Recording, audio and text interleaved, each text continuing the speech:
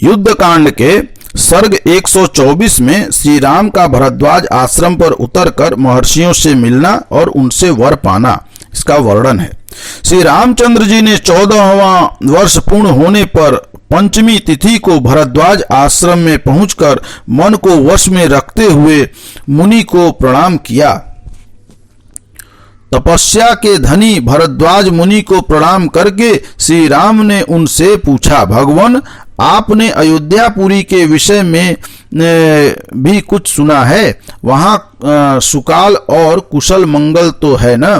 भरत प्रजा पालन में तत्पर रहते हैं ना? मेरी माताएं जीवित हैं ना? श्री रामचंद्र जी के इस प्रकार पूछने पर महामुनि भरद्वाज ने मुस्कुराकर उन रघु श्रेष्ठ श्री राम से प्रसन्नता पूर्वक कहा, रघुनंदन, भरत आपकी आज्ञा के अधीन हैं। वे जटा बढ़ाए हुए आपके आगमन की प्रतीक्षा करते हैं। आपकी चरण पादुकाओं को सामने रखकर सारा कार्य करते हैं। आपके घर पर और नगर में भी सब कुशल है। पहले जब आप महान वन में की यात्रा कर रहे थे, उस समय आपने चीर वस्त्र धारण कर रखा था और आप दोनों भाइयों के साथ तीसरी केवल आपकी स्त्री थी। आप राज्य से वंचित किए गए थे और केवल धर्म पालन की इच्छा मन में ले सर्वस्व त्याग कर पिता की आज्ञा का पालन करने के लिए पैदल ही जा रहे थे।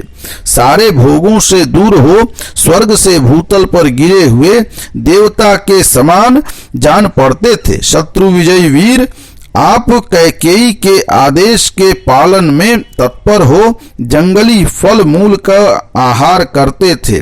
उस समय आपको देखकर मेरे मन में बड़ी करुणा हुई थी, परंतु इस समय तो सारी स्थिति ही बदल गई है। आप शत्रु पर विजय पाकर सफल मनोरथ हो मित्रों और बांधवों के साथ लौट रहे हैं। इस रूप में आपको देखकर मुझे बड़ा सुख मिला है, मुझे बड़ी प्रसन्नता हुई है। रघुवीर, आपने जन स्थान में रहकर जो विपुल सुख दुख उठाए हैं वे सब मुझे मालूम है। वहां रहकर आप ब्राह्मणों के कार्य में संलग्न हो समस्त तपस्वी मुनियों की रक्षा करते थे। उस समय रावण आपकी इस सती साध्वी भार्या को हर ले गया। धर्मवत्सल मारीच का कपट मृग के रूप में दिखाई देना, सीता का बलपूर्वक अपहरण होना, इनकी खोज करते समय आपके मार्ग में कबंध का मिलना, आपका पंपा सरोवर के तट पर जाना, सुग्रीव के साथ आपकी मैत्री का होना, आपके हाथ से बाली का मारा जाना, सीता की खोज, पवन पुत्र हनुमान का अद्भुत कर्म, सीता का पता लग जाने पर नल के द्वारा समुद्र पर सेतु का निर्माण, हर्ष और उत्साह से भरे हुए वानर युद्धपतियों द्वारा लंकापुरी का दहन, पुत्र बंधु मंत्री सेना सवारियों सहित बलाभिमानी रावण का आपके द्वारा युद्ध में वध होना, उस देवकंटक रावण के मारे जाने पर देवताओं के साथ आपका समागम होना तथा उनका आपको वर देना, ये सारी बातें मुझे तप के प्रभाव से ज्ञात हैं। मेरे प्रवृत्ति नामक शिष्य यहाँ से अयोध्यापुरी को जाते रहते हैं, अतः वहाँ का वृत्तांत मालूम होता रहता है। शस्त्रधारियों से श्रेष्ठ श्री राम, यहाँ मैं भी आपको एक वर देता हूँ। आपकी जो इच्छा हो उसे मांग लें। आज मेरा अर्घ और आतिथ्य सत्कार ग्रहण करें, कल सवेरे अयोध्या को जाइएगा। मुनि के इस वचन को सिरोधार करके हर्ष से भरे हुए श्रीमान राजकुमार श्री राम ने कहा, बहुत अच्छा। फिर उन्होंने उनसे यह वर मांगा। भगवान यहाँ से अयोध्या जाते समय मार्ग के सब वृक्षों में समय न होने पर भी फल उत्पन्न हो जाएं और वे सब के सब मधु की धारा टपकाने वाले हों।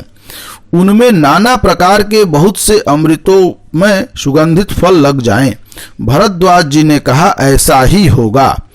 उनके इस प्रकार प्रतिज्ञा करते ही उनकी उस वाणी के निकलते ही तत्काल वहां के सारे वृक्ष स्वर्गीय वृक्षों के समान हो गए। जिनमें फल नहीं थे उनमें फल आ गए, जिनमें मूल नहीं थे वे फूलों से सुशोभित होने लगे। सूखे हुए वृक्षों में भी हरे हरे पत्ते निकल आए और सभी वृक्ष मधु की धारा बहाने लगे। अयोध्या जाने का जो मार्ग था उसके आसपास 3 योजन तक के वृक्ष ऐसे ही हो गए।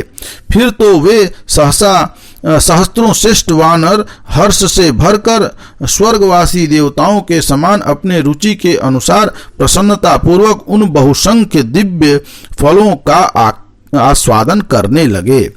इस प्रकार युद्धकांड का यह सर्ग 124 यहाँ पूर्ण हुआ।